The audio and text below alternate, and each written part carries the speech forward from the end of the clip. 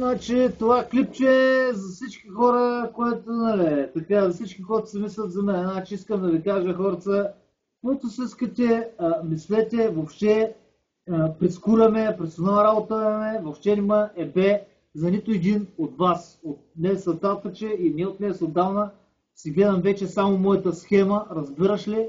Ударил съм го на живот, еба, ям, пия на корем. Въобще не ме интересува кой какво си мислил за мене, кой какво викал за мене, както казват. Котарака въобще не го интересува, какво говорят за него мишките. Защото това е положението, брат. Това е, има някакви хора, които се опитват да ме пречат открито, има мразят открито.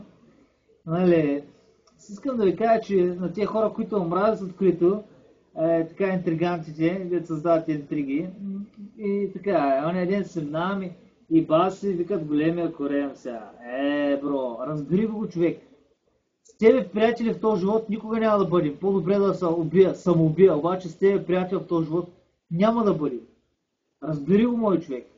И второ, колкото и да ми викаш просоци, аз няма да ти обърна никакво внимание. Нико, разбери го на простащината ти. Никакво внимание няма да ти обърна. Еба си големия корем, еба си го къде е мой то човек, еба го къде човека, бе.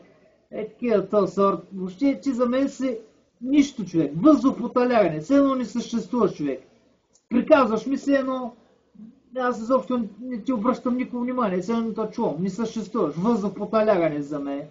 Тази дъска, ако те чуе, тук е това дърво, ако те чуе, и аз толкова ще чуя. Ти си приказва, аз се минавам като трамвай, с високо дигната глава така и нагоре, с голямо самочувствие, а ти си лай там.